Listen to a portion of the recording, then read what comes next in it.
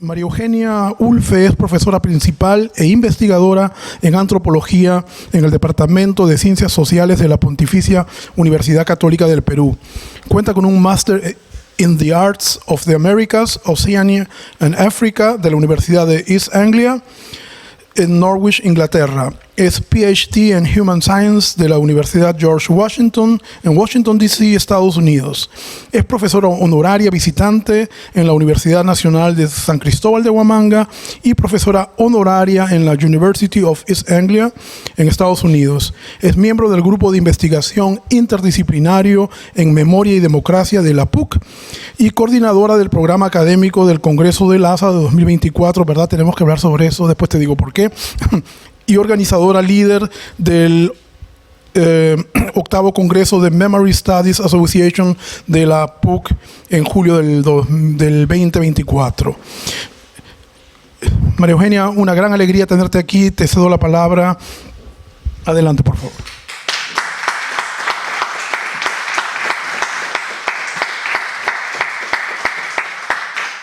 Muchísimas gracias por esta invitación, que además la recibí hace tanto tiempo y la he preparado como por partes, porque para mí ha significado volver a mis inicios en la antropología.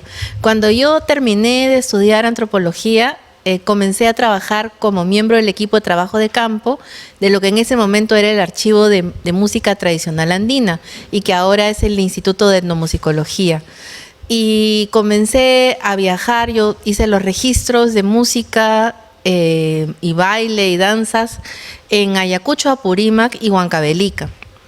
Entonces, en parte, preparar esta presentación me ha sido volver a mí misma, podríamos decirlo así. Y el título por eso no es en vano, no es gratuito. Es Los Carnavales, pero es recolectando la vida misma, que es también en parte, digamos, un paralelo con lo que he hecho yo en este campo.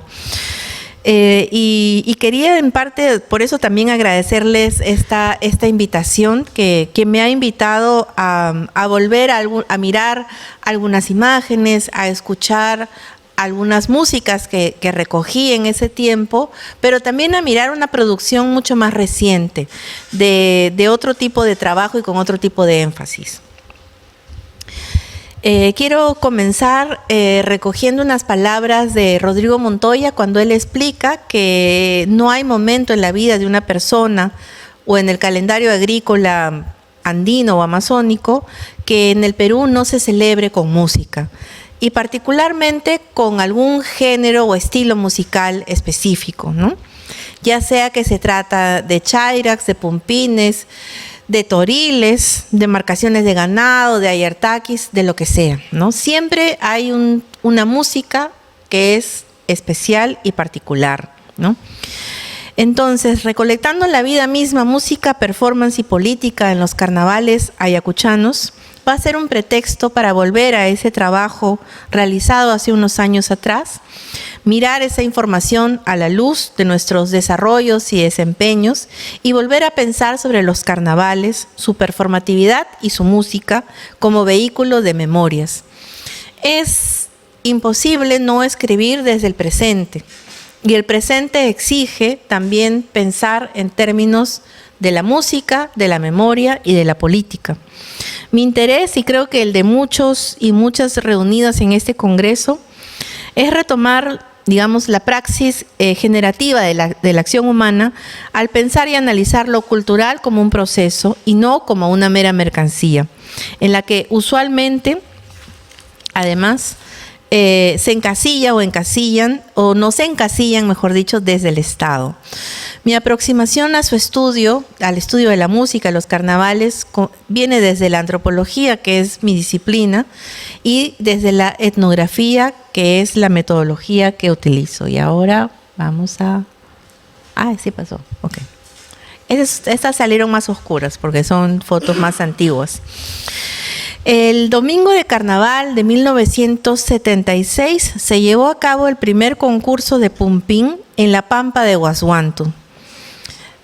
Quienes han ido alguna vez a la Pampa de Huashuantu conocen esa planicie que está en la parte baja del Apu Cerro Tinca, que es como conocido, es una pampa que queda aproximadamente a 4.000 metros sobre el nivel del mar.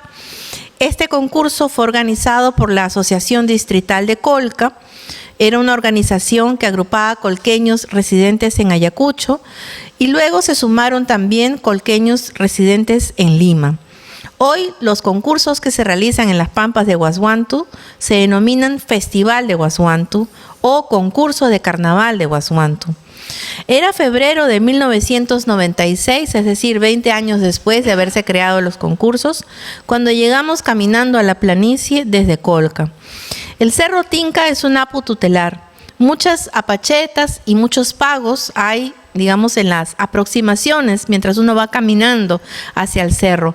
Muchos de estos pagos, además, los hacen los danzantes y los músicos, esperando que les vaya bien en su representación, en su entonación.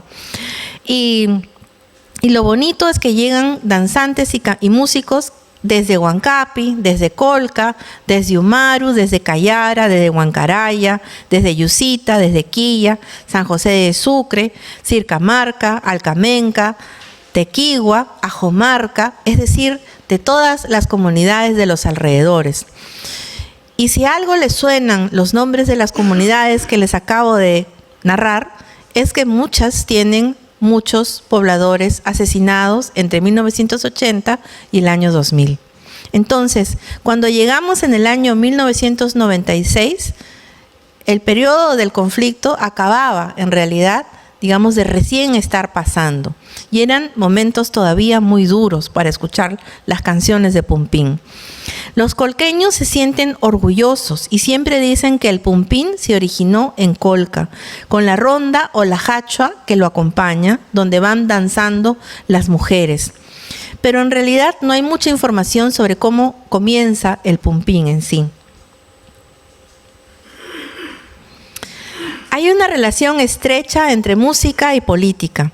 Jonathan Ritter, Renzo Aroni, Carlos Iván de Gregori, Julio Mendívil acá, han mostrado los usos de la música con fines políticos y también como vehículos para la transmisión de memorias. Ritter va un poquito más allá y muestra en el libro editado por Carol Angeiser y Ponciano del Pino cómo el auge de concursos formales de música de carnaval no puede separarse de ver el crecimiento y la extensión de Sendero Luminoso en estas zonas ayacuchanas. Al analizar las performances musicales de Pumpín Fajardino como lugares de memoria siguiendo a Pierre Nora, Jonathan Ritter explora las dinámicas de este género musical, los concursos, no como prácticas inmemoriales, distantes, costumbres ancestrales ni nada, sino como prácticas rituales que emergen como espacios sociales activos en los cuales las personas y las comunidades pueden ofrecer sus opiniones de vida y de futuro. Pero las prácticas musicales, las comparsas con músicos y danzantes, dejaron en un momento quizás de ser suficientes. Y en ciertos concursos comenzaron a incorporarse la performance o representación teatral en sí mismo. ¿Qué sucedió? ¿Por qué las comparsas conformadas por músicos y danzantes dejaron de ser suficientes?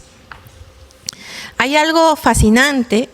Si la relación entre música y política, podríamos decir, si a la relación entre música y política le añadimos la historia, así, digamos, es algo que a mí me parece importante, además, señalar en esta presentación, es para trazar esta relación y mostrar cómo los concursos de carnaval cada vez comenzaron a exigir también desempeños artísticos más complejos, pero que también fueron demandas de los propios músicos y de los propios hijos de comparsas que vamos a ver más adelante. La música no se da en un vacío, sino en un contexto. El contexto neoliberal emprendido desde la década de 1990 y exacerbado en los 2000 exigió también performances y reproducciones de sujetos sociales públicos más complejos. No era suficiente presentar el hacer, sino mostrar este hacer, de ciertas maneras para merecer también ganar la competencia. Este será un trabajo de memoria el que les voy a presentar. Iremos atrás para conocer sobre los concursos de carnavales en Lima, en Ayacucho, para volver al año 2015, a la celebración de la Quena de Oro y la participación de la comparsa de Ajomarca. De los carnavales iremos al hecho histórico para volver al presente sobre los carnavales de Ayacucho y la masacre de diciembre del 2022, un pedacito, para pensar en estos últimos acontecimientos. Entonces eso es un poco lo que haremos. He tenido la suerte de ver al gran Eusebio Guamaní Rodríguez, conocido como el Americano, ejecutar Pumpín Fajardino en Ayacucho, en Lima y en Huashuantu, que son 3 espacios llenos de vigor, llenos de entusiasmo y de celebración. Eusebio Guamaní siempre ha buscado dar a conocer el pumpín. Para don Eusebio, el nombre pumpín surge del sonido que emite la guitarra cuando toca la 5ª cuerda y produce el sonido pum, y cuando toca la 2ª cuerda, para él aparece el sonido pin. El pumpín también es conocido como palpitar de los corazones. Lo cierto es que los carnavales siempre se han caracterizado por ser momentos para abrir los corazones a su palpitar agitado. Cuando llegamos a la avenida Bancay, era increíble ver las preparaciones de talco, serpentina, guitarras, charango, arpas y la explosión de color avanzar hacia la plaza de Hacho. Recuerdo que era 1992. ¿En qué momento el coso taurino, construido en 1766, remodelado en 1944, se convirtió en escenario para recibir a las comparsas de carnavales ganadoras de las competencias locales en Ayacucho? ¿En qué momento, digamos, la élite de Lima recoge a los vencedores de Ayacucho, que es la denominación contemporánea de este concurso de carnaval, de las comparsas que además han ganado en sus respectivas localidades? Los carnavales son algarabía y juego. En quechua se usa la palabra pukyay. Las competencias, la sexualidad y el romance, el mundo trastocado de arriba abajo, de roles que pueden cambiarse. Pukyay alude a todo tipo de juegos, pero también se utiliza pukyay, pagmi y achaychikuni, que alude también a la guerra, esto es, al juego como diversión y el juego como competencia. Llorens narra, por ejemplo, cómo aproximadamente desde la década de 1940, la migración hacia Lima fomentó un crecimiento explosivo en el que se destaca la creciente práctica artística y musical de origen andino popular. Y acá hago una cita de Arguedas que él recoge, y abro comillas: los hijos de las provincias y distritos serranos, organizados en centenares de asociaciones representativas, reviven en Lima sus fiestas principales. En la gran capital se han convertido en células irradiantes de la cultura andina. En la década de 1950, Lima experimenta el crecimiento de coliseos folclóricos y espectáculos artísticos que mostraron el vigor musical y destacaron la presencia y arraigo de más y más migrantes que comenzaban a llegar cada vez en mayores cantidades a la capital. Y venían con todo a cuestas, con sus pocas pertenencias, pero también con sus prácticas musicales para poder transformar y arraigarse en esta ciudad, hacerla suya. Es una manera también de poder, digamos, revisitar alguna de esta teoría antropológica que habla de la migración y que sitúa también cómo se van configurando subjetividades en estos entornos cómo se van apropiando de la ciudad a partir de poner en práctica sus propias costumbres, y acá la música tiene un papel central. Estas músicas comienzan a ponerse en circulación a través de una industria discográfica que crece cada vez más. Recuerdo cuando Joshua Tucker llegó a Ayacucho con Jessica Lena Bieber y caminando por la ciudad conoció Dolby Records. No sé si alguna vez han estado en Ayacucho y conocen Dolby Records. Dolby Records grababan, vendían, compilaban y distribuían música ayacuchana. Y no era un solo local chiquito en la avenida 28 de Julio, sino era un estudio de grabación, un negocio pujante, que se vio un poco trastocado por la tecnología, digamos, digital, transmedia, pero a la cual también se adaptaron. De Dolby a Dolby llegaban conjuntos musicales de las provincias para grabar sus casetes, ¿no? Y Dolby albergaba el sonido erudito, también la guitarra clásica ayacuchana y el arpa, pero sobre todo la música de carnaval.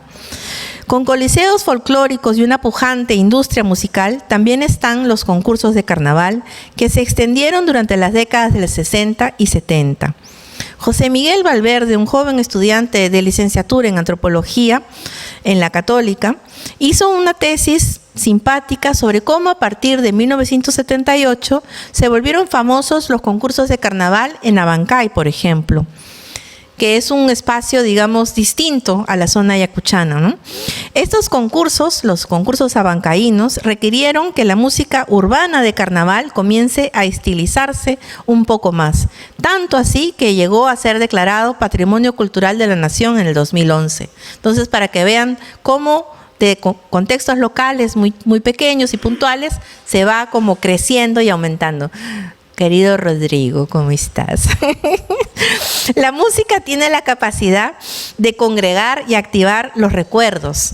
Mirando cómo se arreglaban las comparsas para caminar hacia la avenida Abancay, escuchaba cómo reían y festejaban algunas músicas sobre otras y cómo éstas también eran grandes mediadores de identidades.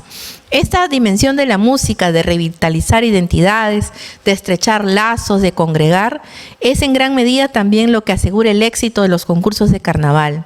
Pero ¿en qué momento esta musicalidad y la danza requirieron de la performance para capturar al público y erigirse como ganadores de un concurso de carnaval? Era mi cumpleaños y me acuerdo que me perdí la representación. Sabía que los hijos de Ajomarca aparecerían en escena para recrear lo que 40 años atrás había sucedido en su comunidad. Pedí entonces a 2 estudiantes míos de la maestría en antropología visual que vayan a registrar el momento. Diego Fernández Stoll y Karen Bernedo salieron con la comparsa desde Ate a la Plaza de Hacho con gran expectativa.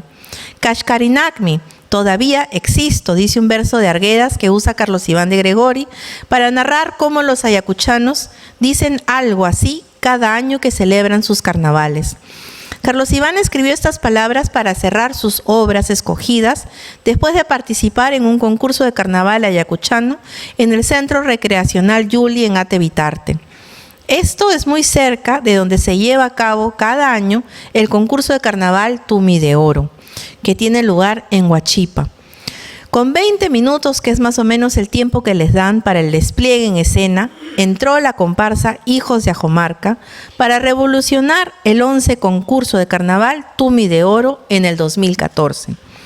Cuenta Renzo Aroni que Elsa Baldión, familiar de los asesinados en Ajomarca el 14 de agosto de 1985, comenzó a cantar. Hizo lo que se llama una canción texto, que dice así: de esta manera han desaparecido mis paisanos, mis padres han muerto inocentes sin culpa alguna. Desde 1980 hasta los 90 han muerto. Sendero Luminoso y el Ejército los han matado en la pampa de Umaru, Bellavista, en Pujas, en Ajomarca. Por eso pedimos justicia, justicia a los desaparecidos, justicia para nuestros pueblos, justicia para Vilcashuamán. En este espacio, digamos, de los carnavales, donde todo se puede y todo puede ser cambiado, los sentimientos más profundos de protesta se alzaron. Aroni cuenta que en realidad, en este año 2015, no era la primera vez que esta comparsa realizaba la representación de la masacre, sino que ya lo habían hecho en el 2011, en el 2012, en el 2013 y en el 2014. Y lo que había sucedido era que cada año la comparsa iba ensayando y practicando y quizás agregando un detalle más, cambiando un poquito la canción texto, añadiendo una escenificación particular. La comparsa del 2013, por ejemplo, salió y recibió el premio mayor por escenificar la masacre ocurrida en el año 85. Pero no habían sido los únicos que salieron así. La comparsa Milenios de Huahuapuquio, de la provincia de Cangallo, también había escenificado otro caso similar, pero en este punto específico el tema eran las violaciones de mujeres cometidas por militares. En la representación, un grupo de militares intimida a un grupo de mujeres, arrinconándolas en una casucha improvisada para violentarlas. Luego, todos salen de la casucha, celebran y cantan el carnaval. Como he escrito en anteriores oportunidades, el contexto de la Comisión de la Verdad y Reconciliación fue propicio para la ebullición de memorias testimoniales de la violencia. Aparecieron en la música, aparecieron en el arte, en el cine, en la literatura, en muchos espacios distintos. No es que antes no había, claro que sí habían estas representaciones testimoniales, y muy tempranamente, desde mediados de la década de los 80. Pero estos años de los 2000 apareció con mayor ahínco y sin temor. Una de las particularidades es que tanto milenios de Huahuapuquio como hijos de Ajomarca en ese momento eran comparsas compuestas mayoritariamente por jóvenes, que, como cuentan Diego Fernández Stoll y Karen Bernedo, habían ensayado arduamente y habían representado, habían recreado lo sucedido en Ajomarca en la misma plaza de Acho. Los concursos de folclore estudiados por Zoila Mendoza en Cusco se inician en la década de 1950 o 1960 por élites locales que buscaron propiciar la difusión de su música. Jonathan Ritter, por ejemplo, señala que el concurso de Nguasguantu de alguna manera también siguió ese patrón, pero ya en Nguasguantu los jóvenes subían a la planicie, desde antes en realidad subían a la planicie a cantar, a tocar y a enamorarse. Entonces solo fue en realidad una formalidad de institucionalizar algo que ya se llevaba a cabo. En Nguasguantu permitió que se modernicen prácticas locales de música y de baile, a la par que se minimice el poder de fuerzas sociales y políticas dominantes. Creo que los concursos de carnaval en Ate y en Huachipa, digamos el de la Tinca de Oro, el de la Quena, que vamos a ver después, digamos, lo que siguieron en realidad, siguieron el camino de Nguasguantu, pero fueron creando también sus propios lenguajes. En el concurso de Nguasguantu, Ritter cuenta, por ejemplo, cómo la improvisación comenzó a tener un peso importante, porque no solo era la agudeza de la música y los ritmos, la formalización que los hombres, digamos, ejecuten instrumentos musicales, las mujeres entonen las canciones y con coloridos trajes comiencen a bailar la hachua, sino que se destacaba el virtuosísimo de la improvisación. Pero durante la década del 90, esa improvisación se terminó, cuando el jurado, digamos, con miembros representantes del Instituto Nacional de Cultura, asumieron el papel de jueces y restringieron lo que iba a salir en escena, ¿no? Es decir, cortaron un poco la improvisación que podía salirse. Y comenzaron entonces a pedir por escrito las canciones que iban a ser entonadas en los concursos de carnaval. Entonces, la improvisación vivió, podemos decir, un pequeño retroceso. No vamos a decir censura, pero sí como recogimiento.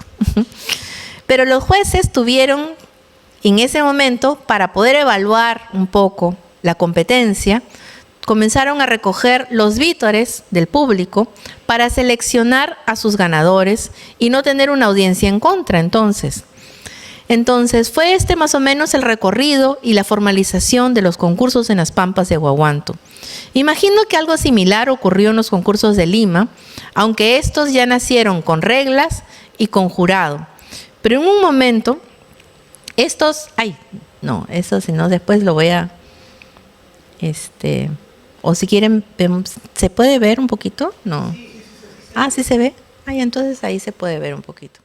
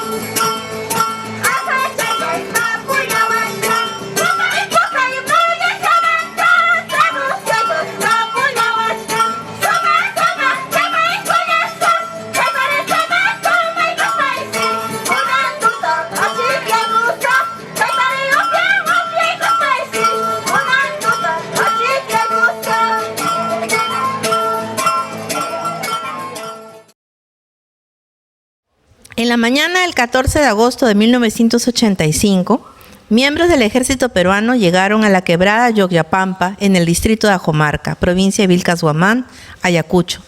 Tenían información que había una supuesta escuela popular en Ajomarca y que se planeaba una acción armada. Eran tiempos de mucha violencia en el campo y en las ciudades ayacuchanas.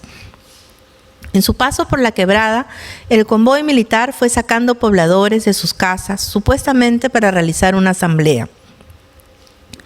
Tras encerrarlos, los militares les abrieron fuego. En su mayoría eran mujeres, niños y ancianos, quienes intentaron huir y fueron perseguidos y asesinados. Quienes se escondieron y sobrevivieron salieron días después de sus escondites para darle sepultura a sus familiares, muchos carbonizados. Se abrió una comisión investigadora desde el Congreso de la República, en Lima. El teniente Telmo Hurtado, que lideró una de las 4 patrullas, se autoinculpó como autor del crimen. Sucedió que la Corte Suprema de Justicia no lo acusó de homicidio, sino de abuso de autoridad, y le dieron 6 años de pena. Luego fue condecorado y ascendido. Ajomarca, o el caso Ajomarca, como se le conoce, fue uno de los 43 estudios a profundidad investigados por la Comisión de la Verdad y Reconciliación. La recomendación fue que se judicialice y se sancione a los responsables. La Fiscalía de la Nación acusó a 29 militares, entre ellos el general en retiro Wilfredo Mori, como autor mediato de la masacre, ya que en 1985 era el jefe supremo del Comando Político Militar de Ayacucho. Como tal, tuvo el control administrativo y territorial del departamento. También se acusó a Telmo Hurtado y a Juan Manuel Rivera Rondón por ser jefes de 2 de las patrullas que incursionaron en la quebrada. Telmo Hurtado huyó a Estados Unidos en el 2002. Fue detenido en julio del 2011 y extraditado al Perú. Rivera Rondón también fue prófugo en Estados Unidos y fue deportado en el año 2008. Yomarí Bert y María Rodríguez convirtieron la Sala Penal en un espacio de investigación e hicieron seguimiento al proceso judicial. Uno de los elementos que destacaban en sus observaciones fue la respuesta de Telmo Hurtado. Hurtado aceptó haber asesinado a más de 30 personas y afirmó que el operativo fue ordenado desde los altos mandos militares en Lima. Él describió las órdenes que recibió, convirtiéndose en una suerte de perpetrador testigo. Fue una cosa medio extraña, la verdad. Tras más de 30 años, en el 2016, se emitió sentencia. Mandos y ejecutores fueron condenados y el crimen fue calificado como asesinato masivo y de lesa humanidad. Esta etapa del proceso judicial coincidió con las representaciones teatrales en los concursos de carnaval. Es decir, los concursos iban de la mano con el proceso judicial y tienen que entenderse así, la verdad. Los hijos de Ajomarca acompañaban también el juicio, es decir, la comparsa acompañaba el juicio. Organizados en la Asociación Hijos del Distrito de Ajomarca, AIDA, que había sido fundada en el año 1970, Hijos de Ajomarca está constituido mayormente por descendientes de ajomarquinos que huyeron de la violencia en la década de los 80 hacia Lima. La AIDA congrega también a la Asociación de Familiares Afectados por la Violencia Política del Distrito de Ajomarca. El juicio, sin embargo, había dejado un vacío legal. No declaró al Estado como tercero civilmente responsable, lo que se convirtió en una barrera para que los familiares pudieran acceder a las reparaciones que habían sido estipuladas en el proceso penal. Finalmente, en junio de este año, la Corte Suprema corrigió la sentencia y reconoció al Estado como corresponsable. Este ha sido un proceso judicial que comenzó en el 2005, tuvo una sentencia en el 2016 y una corrección en el 2025. En el 2022, con apoyo del Comité Internacional de la Cruz Roja, la CICR, el Ministerio Público y el Ministerio de Justicia se entregaron los restos y objetos personales a algunos familiares para que den entierro digno a sus seres queridos. ¿Qué hace la performance? ¿Cómo dialoga la música y la representación teatral con el drama humano? lo recoge, lo expone, lo coloca como debate público ante otros públicos y audiencias, sacude y sensibiliza también. El tiempo de carnaval es siempre una invitación para la transgresión. El carnaval ayacuchano, como sugiere Renzo Aroni, es también un espacio para la resistencia y, añado, para la lucha política, cuando las otras puertas se te cierran.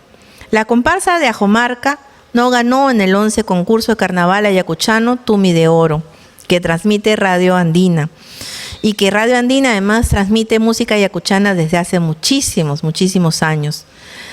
Había ganado en el 2013, quedó finalista en el 2014, ganaron de nuevo en el 2015, habían perdido en el 2011. La recreación de la masacre la comenzaron a realizar desde el 2011, que es cuando solicitaban la extradición de Telmo Hurtado. La performance, el proceso judicial, los concursos de carnaval, las memorias, revisitan el acontecimiento como si hubiera sucedido ayer, con mucha claridad. El lenguaje artístico y musical actúa como forma por donde se transmiten las memorias, en este caso entre ajomarquinos de las mismas y de distintas edades. Hay una cuestión bien interesante que es de transmisión intergeneracional de memorias que se da también o se ha dado también en este caso a partir de la formación del elenco o de la comparsa en sí misma, porque los hijos de ajomarquinos han aprendido en Lima lo que pasaron sus padres en la comunidad.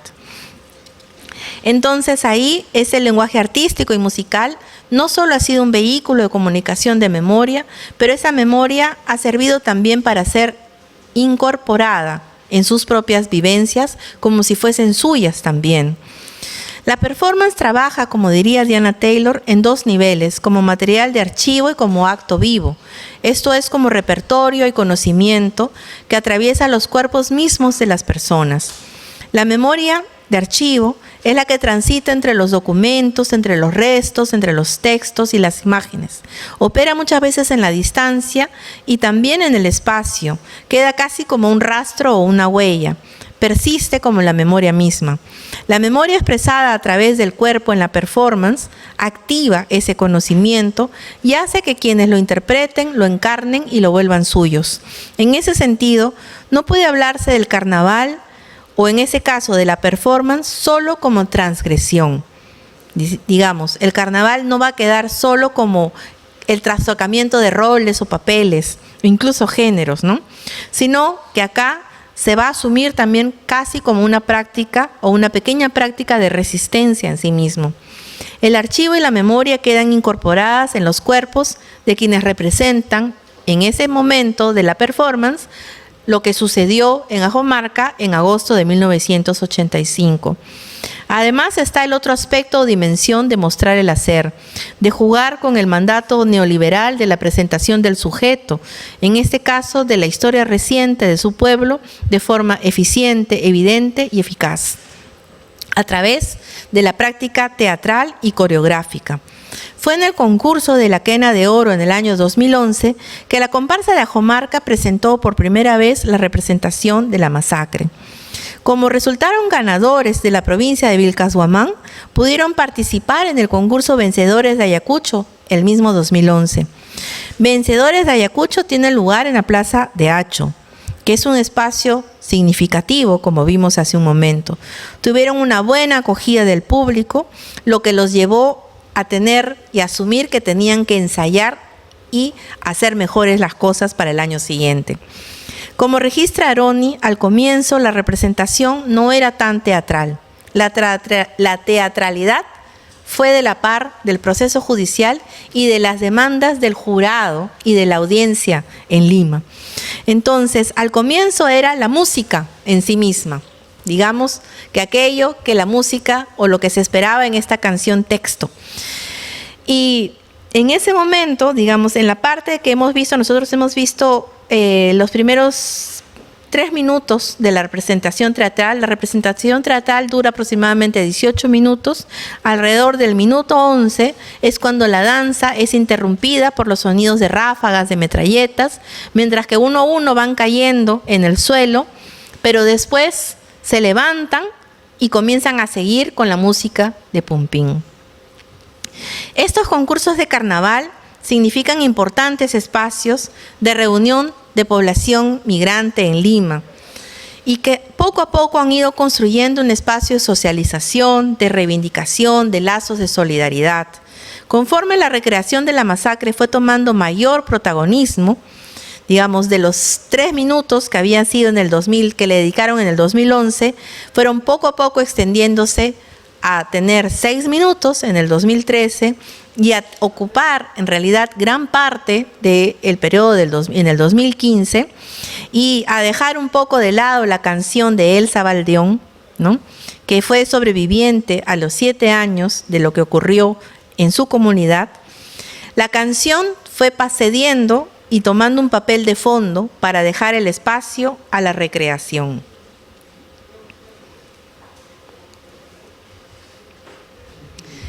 Florian Palacios de Ajomarca señala que la recreación de la matanza tiene lugar por la indignación que sienten por esa justicia lenta, que muchas veces llega tarde y muchas veces o muchas otras veces se les escapa de las manos. Él dice, el carnaval y es juego y es protesta para nosotros. Ayer, 14 de agosto del 2025, Ajomarca conmemoró 40 años de la masacre. Hubo romería hacia el cementerio, hubo canciones en el pueblo, hubo celebración, pero también hubo recogimiento, porque el día anterior, el 13 de agosto, en Palacio de Gobierno, la presidenta había invitado a altos representantes de las Fuerzas Armadas para sellar el pacto infame de la impunidad, al declarar la ley que hemos visto que ha sido declarada. Ante la impunidad queda la resistencia, dicen personas como Florian Palacios, y ahí yacen la música y la memoria. Muchas gracias.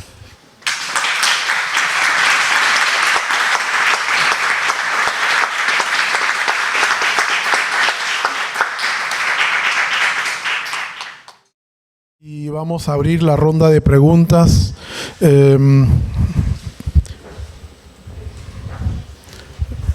¿Alguna pregunta?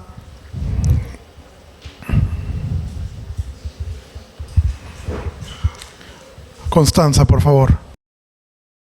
Hola, buenas tardes. Muchas gracias. Gracias por la presentación. Yo soy de Chile y confieso que no conocía el conflicto interno armado que vivió Perú. Y estas 2 semanas he estado conociendo lo que he podido de esto. Y he recibido distintas perspectivas de gente que me parece muy razonable, pero he quedado muy sorprendida por el hecho de que, al parecer, la memoria sobre esto es compleja, que es un tema que tiene tabú, me da la impresión, que es difícil de hablar todavía, tanto por las víctimas como por los victimarios y los diferentes grupos que intervinieron en el conflicto. Entonces, mi pregunta para ti es,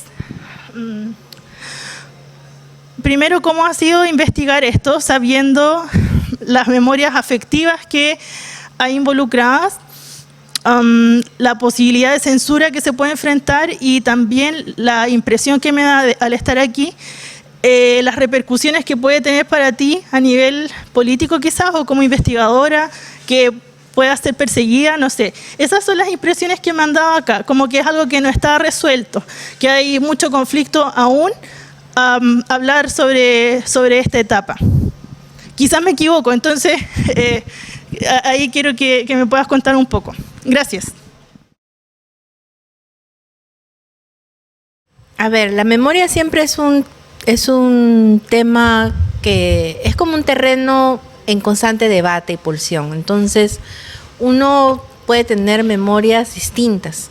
El Estado incluso siempre va a fomentar la memoria nacional, ¿no? Las celebraciones patrias, por ejemplo. Hay una memoria así como desde el Estado, ¿no? Incluso de periodos y momentos álgidos como el del conflicto armado interno, ¿no? O como si habláramos en Chile el periodo de Pinochet, por ejemplo, y la dictadura, ¿no? Entonces, y el otro punto es que las memorias nunca son resueltas. es bastante subjetivo, es lo que las personas recuerdan, cómo lo recuerdan, qué es lo que quieren contar, qué es lo que no quieren contar. Están llenas de silencios también, de secretos, ¿no? Hay una dimensión que es bastante como extendida del universo de lo que se dice y cómo se recuerda, pero también de lo que se silencia, lo que se calla, cómo se calla, por qué se calla, ¿no? Y además las memorias pueden transitar por muchos caminos y tomar itinerarios distintos, ¿no? Pueden transitar por la música, pueden transitar por el arte, por el testimonio y la oralidad, y a veces lo que necesitan generalmente son como activadores, algo como que te traiga ese evento al presente, ¿no? Y a veces, y nosotros tendemos a pensar que la memoria es en pasado, pero en realidad la memoria es el futuro. ¿Y por qué digo que es el futuro? Porque es lo que te va a asegurar y lo que te va a abrir el espacio para poder pensarte como colectivo y como grupo humano, ¿no? Entonces, cancelar las memorias es muchas veces ir más bien hacia atrás. Claro que uno va a recordar lo que te sucedió como vivencia, lo que te marcó. No vas a recordar todo lo que te pasó en el día exactamente, porque para eso está la historia famosa de Funes el Memorioso, sino que tú recuerdas lo que te marcó y cómo es que eso quedó como una pequeña huella en ti, y qué es lo que hizo y lo que dejó, y va a haber algo que te lo trae de vuelta, ¿no? Entonces uno, por ejemplo, se va a acordar, no sé, del novio en el cine, ¿no? O se vas a acordar de la canción o la comida de la abuelita. Vas a tener recuerdos de esa naturaleza, ¿no? Y sí, efectivamente, yo trabajo el tema por muchos años, en realidad. Es más, yo trabajé todo lo que fue mis estudios de doctorado, los hice sobre el tema de memoria y violencia en el arte, principalmente. Luego he hecho trabajos sobre cine, un poco sobre música, pero en realidad desde hace como 5 años estoy trabajando más en la Amazonía, con pueblos indígenas, que es una historia distinta. También entra el tema de memoria, porque es un poco lo que siempre me convoca. Pero yo creo que hacer investigación, digamos, no tiene por qué ser un espacio de censura ni represión, ¿no? Uno investiga para poder más bien hacer crecer el debate, y a través del debate es donde uno puede ir construyendo y configurando conocimiento. Claro que siempre, como dice, y hay un famoso texto de Todorov al respecto, los estados totalitarios van a ver las maneras de cerrar los activadores de la memoria, ¿no? Para que la gente no tienda a recordar, digamos, las cosas de cierta forma, sino para instalar ciertas pautas como dominantes en esos recuerdos. Tenemos, en verdad, un poco más de media hora para preguntas. Adelante, por favor. Sí, buenas tardes, doctora. Tengo una consulta, una pregunta en relación a la parte artística, y es cómo se organizan estas comparsas, pero relacionándolo con la producción artística, con aquello que presentan, por ejemplo, en la Plaza de Hacho. Gracias, doctora. Las comparsas de carnaval son instituciones, podríamos decir así, donde además hay familias que transmiten de generación en generación tu posición en la comparsa, y familias que van a tener más peso que otras para formar parte de las comparsas, ¿no? Y tienen ya por ejemplo, en el carnaval ayacuchano, las comparsas se organizan a través de la representación que ciertas instituciones deseen tener. Entonces hay comparsas, por ejemplo, la especialidad de antropología de la Universidad Nacional San Cristóbal de Huamanga tiene una comparsa que sale en carnavales, la policía tiene una comparsa, el hospital regional tiene una comparsa. Es decir, las instituciones más importantes, colegios y demás, tienen una comparsa que va a salir en el carnaval, ¿no? Cuando las que llegan a Lima son usualmente comparsas que han pasado competencias regionales. Es decir, los hijos de Ajomarca compitieron no solo en el concurso en Lima, sino vinieron de competir en el concurso en Vilcashuamán y ganaron en Vilcashuamán, y como ganaron en la región, vienen, digamos, como representantes de la región a Lima. Entonces tienen un peso político, simbólico muy grande.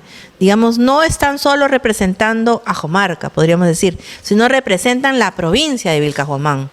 Y vienen como tal. A eso me refiero, que también hay mucha formalidad en cómo se integran en estas comparsas.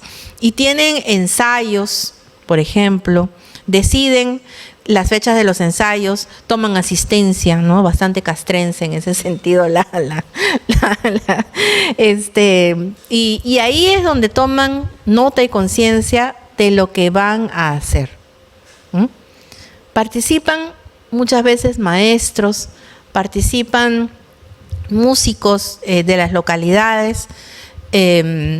Por ejemplo, yo contaba en un momento de la presentación, hablé de Eusebio Guamaní, que es una figura muy importante del género pumpín, y él, digamos, ha sido no solamente músico de Voces del Colca, cantante, sino también de muchos otros comparsas, pero a su vez asesora a otras comparsas, ¿no? Entonces se traen también, hay todo un acompañamiento, búsqueda de información, ¿no? O sea, no llegan a Lima con el respaldo de la provincia, y llegan a Lima con el respaldo también de la asociación que acá las acompaña, ¿no? Uh-huh. Laura. Hola, muchas gracias. Quería preguntar sobre esta performance en la que se lleva al cuerpo la experiencia de la masacre, pensando en este concepto de archivo y repertorio de Diana Taylor. Si podrías contarnos un poco sobre, no sé si has hablado con las personas que participan de esto, cómo es esa experiencia llevada al cuerpo, qué implicancias tiene para su manera de procesar esta historia. Gracias. Lo que muchos, digamos, dentro del grupo de hijos de Ajomarca, solamente había una persona que era, digamos, la mayor, podríamos decir así, que era el que representaba a Tel Murtao. Pero todos los demás eran muy chicos, muy jóvenes. Y solo la cantante, ella había sido una niña de 7 años cuando sucedió la masacre, ¿no? Entonces era, digamos, una edad mediana, podríamos decir. Pero todos los demás eran chicos. Chicos me refiero 18, 19, 20, o sea, muy chicos. Y lo que siempre explican es de que solo a través de la representación de la performance entienden el dolor de sus padres, sus familiares y sus parientes. Y entienden un poco la historia. Es decir, es una comprensión de la historia que pasa por el cuerpo, ¿no? Y pasa por la música, y pasa por la danza, y pasa por la repetición, o sea, esa iteración que tiene la performance, y que es capaz de hacer que esa experiencia de vida o esa vivencia, así no haya sido o pasado por primera mano, se asuma como si hubiese sido de primera mano, ¿no? Marianne Hirsch tiene todo un trabajo muy grande, importante sobre postmemoria, que es, ella lo trabaja a partir de su propia familia, que es sobreviviente del Holocausto, y cómo el Holocausto va quedando inscrito en otras generaciones, en generaciones que no lo vivieron directamente, pero a través precisamente de cómo es narrado, contado en un entorno familiar muy chiquito, y cómo comienza a vivirse también en ese entorno, ¿no? Cristian. Muchas gracias, María Eugenia. Quería hacerte 2 preguntas. Una es si nos puedes ofrecer, si es que sabes, o dar una suerte como de mapa general de cómo está el estado de la investigación entre esta temática de la justicia transicional y la música, o el sonido tal vez, si nos puedes orientar sobre eso. Pienso en el Núcleo Milenio Data Justa, que existe en Chile desde hace un tiempo, no hace mucho tiempo, pero que trabaja exactamente de esta misma manera sobre estos mismos temas. Y lo otro es preguntarte, como lo voy a poner en estos términos, por ciertas formas de adelgazamiento de la memoria. ¿Qué es lo que ocurre cuando todos estos eventos y la memoria que provocan viajan, van a otros lugares? Pienso en las imitaciones o performances de las bandas oaxaqueñas en Estados Unidos o poblanas, o en el caso del revival y post-revival que ha ocurrido de ciertas performances en Santiago de Chile en contextos de protesta. ¿Qué es lo que pasa con un poco el análisis que tú haces cuando hay traslados de memoria?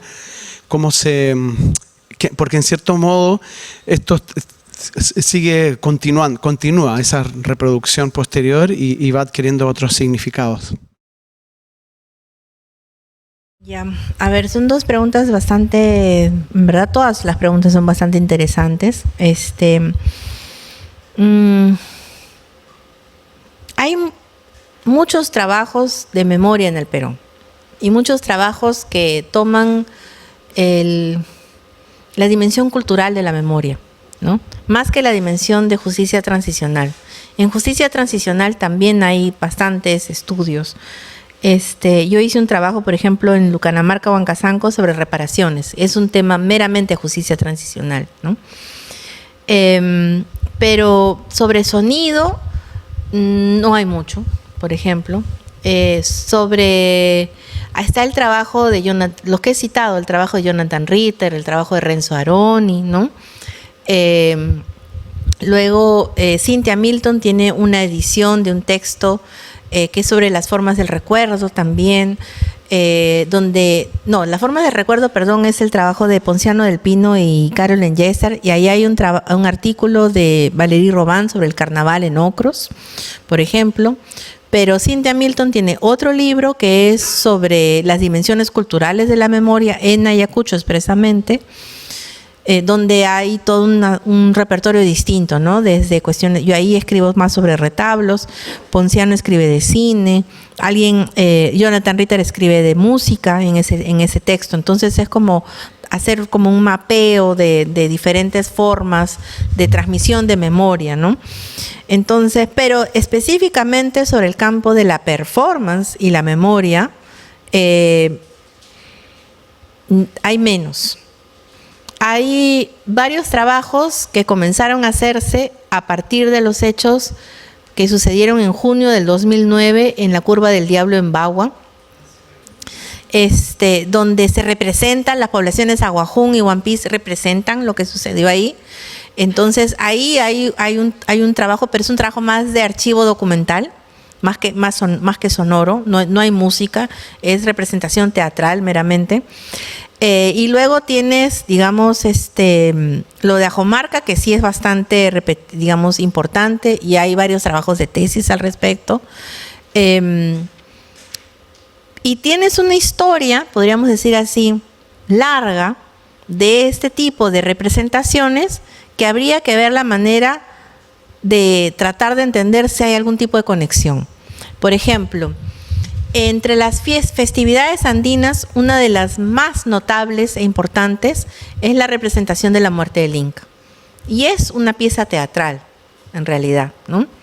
Es una pieza teatral, es una pieza donde el Inca muere de muchas formas distintas y donde todos resuelven el conflicto a través de la música, el trago y el baile, ¿no? O sea, el Inca siempre resucita. Y resucita borracho, y lo traen echado, y lo traen cargado, y lo traen de formas distintas. Y esa es una tradición que es muy importante en las zonas andinas. Entonces, sí se tiene esa tradición. Digamos, no podemos decir que la performance nace en el 2000, no. Tiene una historia larguísima, ¿no? Tienes moros y cristianos también, tienes negritos también. En Huancavelica representan la bajada de reyes, por ejemplo, y aparece Herodes y hay toda una representación teatral de la bajada de reyes. Entonces, estas representaciones coreográficas, teatrales, las hay, ¿no? Lo que comenzó es a incorporarse la historia reciente como parte de la misma, ¿no? Y acá, digamos, la pregunta profunda sería más, ¿qué es lo que hacen estas representaciones teatrales y cómo comunican la historia en general? Sea esa historia que viene de atrás o sea esa historia que viene de hace pocos años, ¿no? Y me parece interesante la pregunta sobre el adelgazamiento de la memoria, porque claro, para hacer una representación de un evento que tiene lugar en varios días a condensarlo en 3 minutos en un momento dado, o convertirlo luego en 11 minutos, porque lo que tienen cuando vienen a Acho es máximo 20 minutos para la representación, significa entonces un ejercicio de seleccionar. ¿Qué es, digamos, lo que va a ser más notorio de esto? Entonces, claro, si uno lee el informe final de la Comisión de la Verdad sobre el caso Ajomarca, lees el relato testimonial de cómo fueron sacados uno por uno de sus casas. Eso no está en la representación teatral. La representación teatral se centra en el hecho, digamos, de sangre en sí mismo. Es decir, las ráfagas de bala, la manera como caen todos al suelo y después cómo se reintegran a través de la danza. Entonces, no sé si sea adelgazamiento. Quizás es una manera simplemente de seleccionar un momento, ¿no es así? Que es como opera la memoria. En realidad, la memoria va a funcionar en este intersticio entre qué recuerdas y cómo lo recuerdas. Entonces, y va a variar mucho de a quién le cuentas ese recuerdo para que tú enfatices algún aspecto o dimensión de cómo se recuerda, ¿no? Y claro, por eso es tan subjetiva también y emocional. Y como no pueden contarlo todo, mucho va a ir en la letra de la música, en la lírica, es decir, en esos cantos que están acompañando, van narrando un poco el hecho, pero cuando viene la representación se centra en la muerte específicamente, ¿no? Entonces, no sé si es adelgazamiento. Yo creo que cuando se trasladan las prácticas culturales hay procesos de resignificación, ¿no? O sea, esas descontextualizaciones siempre exigen que haya algo nuevo que va haciéndose también. Entonces habría que comprenderlo en esa dimensión. ¿Qué es aquello que se va haciendo, cómo se va haciendo y cómo piensan que esto va a tener un impacto dónde, ¿no? ¿Alguna otra pregunta? Leonardo, después Darwin. No, simplemente de esto último que estás hablando de la selectividad, ¿no? de la memoria, se me ocurre pensar que en otras épocas esa selectividad era mucho menor. Pienso, bueno, por mi deformación profesional, en La Pasión según San Mateo, que tarda 4 horas en contar la muerte de Cristo, y pienso en las procesiones medievales. Si lo que estamos viendo aquí es los efectos de nuestra vida moderna en tener que hacer todo rápido y olvidarnos de lo que haga falta olvidarse. La etnografía también es un proceso de selección, la verdad. La etnografía, y lo digo como antropóloga, ¿no? Vamos de trabajo de campo, recogemos un montón de información y luego vemos y decimos qué historia queremos contar y cómo la queremos contar, ¿no? Entonces ahí es donde uno dice, bueno, cojo esto, ¿no? Uno mismo también hace eso. Pero ahora rapidito. Ahora no. Camilo. Hola.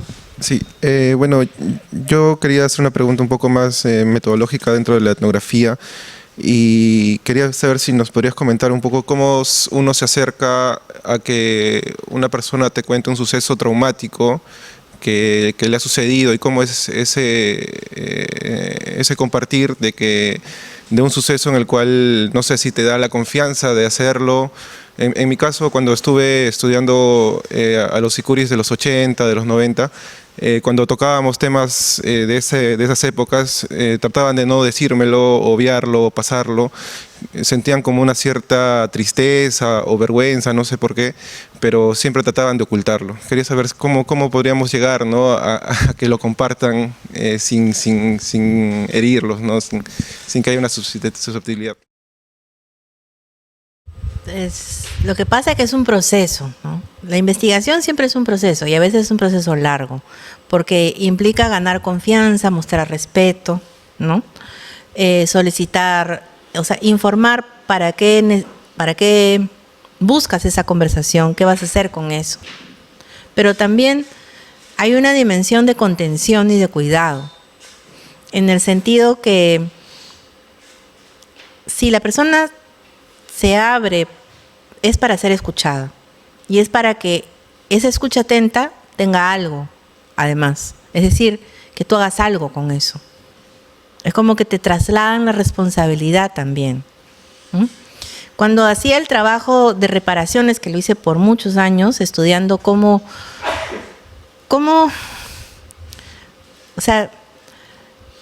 se concibe la idea de víctima a partir de la creación del Programa Integral de Reparaciones en el Perú, créeme que tuve que acompañar muchísimas movilizaciones de organizaciones de víctimas que venían a Lima a solicitar que se aumenten los montos para las reparaciones económicas. Entonces, mucho iba en ese caminar. No en conversaciones formales, estructuradas, que nos encantan en la antropología, pero no iba en eso. Iba en ese otro lado mucho más de vida cotidiana, de esa dimensión del ejercicio, si quieres, de tratar de entender que ellos o estas personas no solamente estaban reclamando para ellas, sino a través de ellas para asociaciones más grandes, para familias extensas también, y comprender la dimensión de lo que implicaba una víctima, en realidad, que podía tener padre, madre, amante, hijos legítimos, ilegítimos y toda una corte de gente alrededor. Eso lo fui comprendiendo también ahí. El programa de reparaciones te hablaba de la familia nuclear, por ejemplo, padre, madre, hijo. Y muchos no eran solo padre, madre, hijos. Aparecía la segunda esposa, aparecían los hijos chicos, aparecía la que no contaba, y todos se juntaban ahí y decían, él también fue mi marido, ¿no? Entonces, de eso no daba cuenta el programa. Porque a veces nos imaginamos un mundo ideal, y ese mundo ideal en verdad existe en muy pocos espacios. Pero entonces eso es caminar, andar con la gente. La etnografía se describe de esa manera también, ¿no? Y ahí es donde uno va ganando poco a poco confianza, pero escuchar y prestar atención es lo más importante. Las personas les gusta hablar, pero les gusta que les escuchen. Y eso creo que es lo que hemos perdido, volviendo al comentario anterior, por esta cuestión de andar rápido, mirando y haciendo otras cosas al mismo tiempo. O sea, el prestar atención. A mis estudiantes de antropología yo les ruego, les digo, cuando vayan y conversen con una persona, escuchen atentamente qué es lo que está diciendo. No estén mirando el celular o haciendo otras cosas, ¿no? Si no es eso. Pero ahí también es la responsabilidad de qué es lo que vas a hacer con eso que te están contando, ¿no? Siempre un gran gusto escucharte, María Eugenia. Entonces, hace poco el nuevo director del Archivo Arzobispal de Ayacucho, donde incluso han abierto un área de derechos humanos, lo cual es un acontecer porque en algún momento el arzobispado ponía carteles diciendo que no se recibían denuncias de desaparecidos. Hablaba de un concepto donde decían que no estaban tan de acuerdo con el sincretismo cultural, como concepto, sino que plantea un símil agrario en relación, otro simulacro, al injerto cultural. ¿Ya? En la lógica de que un fragmento de otra cultura puede llega, produce algo nuevo, pero sobre algo donde ya hay una raíz. Entonces, ahorita comentamos mucho del aspecto teatral y en nuestro caso la compartimentación de las artes por separado parece ser algo más bien occidental y que por los registros cronistas o como Guamampom, etcétera, y los diccionarios no sabemos la existencia de los taquis, los taquíes y ahora también en esta colección de fuentes para los estudios andinos que sacó la Católica se habla de ellas como artes performativas indígenas, ¿no? Donde están diversas elementos que encontramos actualmente en las fiestas patronales, ¿no? Entonces me pregunto, siguiendo con esa conclusión del Chayraj, en donde Chalena plantea que si Bakhtin define el carnaval como este momento de suspensión de los tabúes y el tabú cotidiano es la represión de tu propia cultura, cuánto, si bien ahora el Pukyay lo llamamos en Apurímac, en Abancay, se llama, su carnaval ha tomado el nombre Pukyay, cuánto finalmente puede haber o no encontrado vínculos o evidencias de la continuidad de taquis, de Pukyay y de este elemento indígena, de esta raíz indígena en el proceso de injerto, para usar el término élmico que actualmente están proponiendo en Ayacucho, en los contextos de carnaval actual, ¿no? Entonces tal vez el carnaval nos permitía que se explaye el Pukyay y dentro de ello pequeñas escenificaciones de taquis, que dicho sea de paso fueron prohibidos en la sentencia Tupac Amaru. Entonces por eso la consulta. Gracias. Una pregunta histórica.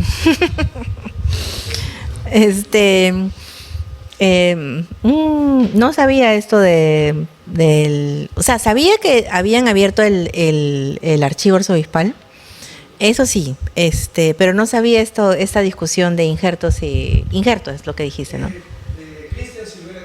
Ya. Uh-huh. Y sincretismo. Bueno, hay una raíz, yo creo que hay una raíz. O sea, yo creo que sí, ahí sí yo discuto mucho las continuidades tal cual. Yo creo que eso no va conmigo. Ni con mi forma de ver ni la música ni la práctica cultural, ¿no? O lo cultural en general, ¿no? Pero sí es importante asumir esa raíz indígena, ¿no? Y esa raíz indígena sí sobrevive y sobrevive, por ejemplo, en la burla. La función social de la burla, del hecho de hacer mella de un personaje, ¿no es así? Además, como no lo puedes hacer directamente, y ahí sí el carnaval se abre como un espacio de lo lúdico y de lo permitido. Entonces lo usas para hacerlo ahí, ¿no? Como no tienes otra manera de hacer llegar tu opinión, lo vas a usar en ese instante, ¿no? Es como lo que se te permite. Y dentro de lo que se te permite, este momento extraordinario, tú dices, hago mella esto, ¿no? Buenas tardes. Yo quería, articular un poquito la pregunta que hacían anteriormente. Un poquito es muy metodológica y es que, digamos que en Colombia, cuando nosotros trabajamos con población étnica, ellos son muy recelosos con la información en cuanto al primer como encuentro que uno tiene con la población, ¿cierto? Todo esto pues claro por el extractivismo tanto material como epistémico que se han dado en las comunidades.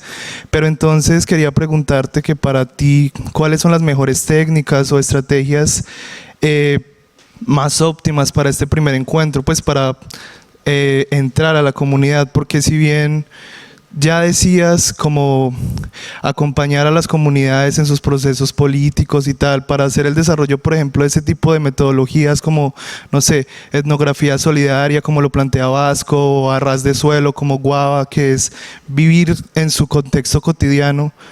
Para el desarrollo de esas metodologías tú tienes que ya tener la entrada a la comunidad. Entonces mi pregunta sería, ¿cómo se generan no solamente esas relaciones de afinidad o rapport, como lo llamamos en antropología, sino esa entrada? ¿Cuál es para ti esas?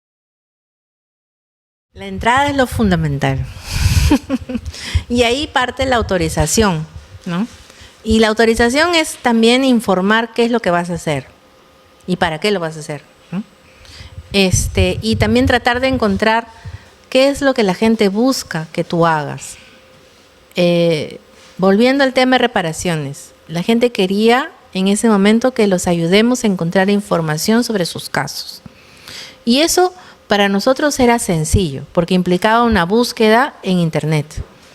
Pero para mucha gente que no tienen computadoras, que quizás no haya luz en sus casas, y donde la información se convierte en un instrumento de poder, les era difícil. Y ahí venía el otro tema. Los roles nos venían como funcionarios del Estado, porque yo fui con un equipo de asistentes. Entonces éramos funcionarios del Estado prácticamente, que íbamos y que podíamos obtener información. Pero eso es como quien va negociando su entrada en un espacio, un terreno distinto, ¿no? Pero también es importante pensar qué le das tú de vuelta. Este año dicté de nuevo el curso de metodología. A mí me encanta dictar el curso de metodología en antropología. Y mis estudiantes, en los últimos años, ya era algo que yo sí sabía, habían participado en muchas protestas con sus carteles enormes de extractivismo académico, ¿ya? Entonces, yo de frente les pregunto, ¿no? Además ya más cancha, ¿no? Uno es mayor, no por las puras, la verdad. Entonces les digo, bueno, ahora explíquenme ustedes a qué se refieren con extractivismo académico. O sea, ¿por qué hablan de esto en sus protestas? Yo quiero entender, ¿no? Entonces comenzaron, sí, porque la gente se lleva la información, o sea, la dimensión epistémica, ¿no? Las relaciones de poder que se sostienen. Y les decía, ¿y ustedes cuando van, cómo les devuelven? Porque hay que pensar en eso. ¿Qué les devuelves y cómo les devuelves? O sea, le dedicas un espacio también a ver que tu trabajo que estás haciendo tenga un formato que pueda ser asible, ponerse en circulación y usado por la gente. O sea, eso es fundamental, porque las relaciones son de ida y vuelta, no son de un lado nada más. Entonces, para forjar relaciones de ida y vuelta, es importante entender qué es aquello que las personas también buscan de ti y entender cuáles son esos intereses, agendas, qué es lo que quieren. Información, ayúdalos entonces a buscar información, ¿no? O quizás, no sé, ahora en mi trabajo en la selva, ¿no? Hemos hecho podcast, por ejemplo, para que puedan contar las historias de Cuninico de la contaminación. Hemos trabajado líneas de tiempo para el colegio, ¿no? No era parte de mi trabajo, o sea, no era parte de mi proyecto, podríamos decir, pero la línea del tiempo para el colegio ayuda a los profesores a enseñar la historia de la comunidad. Entonces hay que pensar y ahí hay que abrirse creativamente.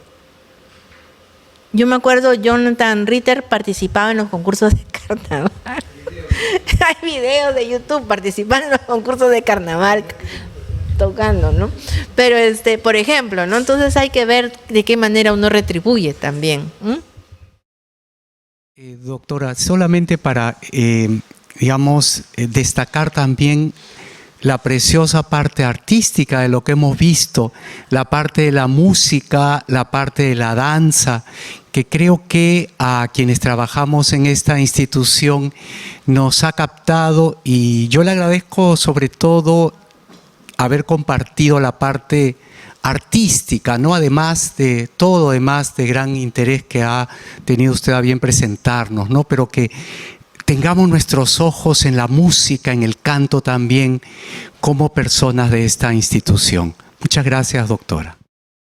Y hay una cosita que quería decir antes que me olvide. Hay un artista que hizo un mapa sonoro en territorio de Xánica. Hablando de la pregunta, es que me está rompiendo la cabeza. Nahuel Saldaña. Y lo que él hace es recorre el territorio identificando algunos sonidos. Y ya no es un mapa sonoro en sí, pero es cómo a través del sonido es posible entender, digamos, las relaciones entre las personas, los animales, las aves, es decir, todo el entorno y ese conjunto de relaciones que van. Fue una exposición y tiene un libro. Y el libro está acompañado de los sonidos. Y es un trabajo hermoso. Bueno, complementando lo que decía usted, yo quiero agradecerte mucho por hablar de la música, pero también por recordarnos que la música nunca viene sola. La música siempre viene unida a otras cosas y sobre todo los nexos de la música con la memoria. Yo creo que nos has mostrado que la memoria es súper importante. Tu trabajo nos demuestra que la memoria es como el agua, siempre encuentra su camino, ¿no? Y eso es, en el fondo, un mensaje de esperanza, que es lo que necesitamos en este momento en el país. Muchas gracias. Y un gran aplauso para María Eugenia.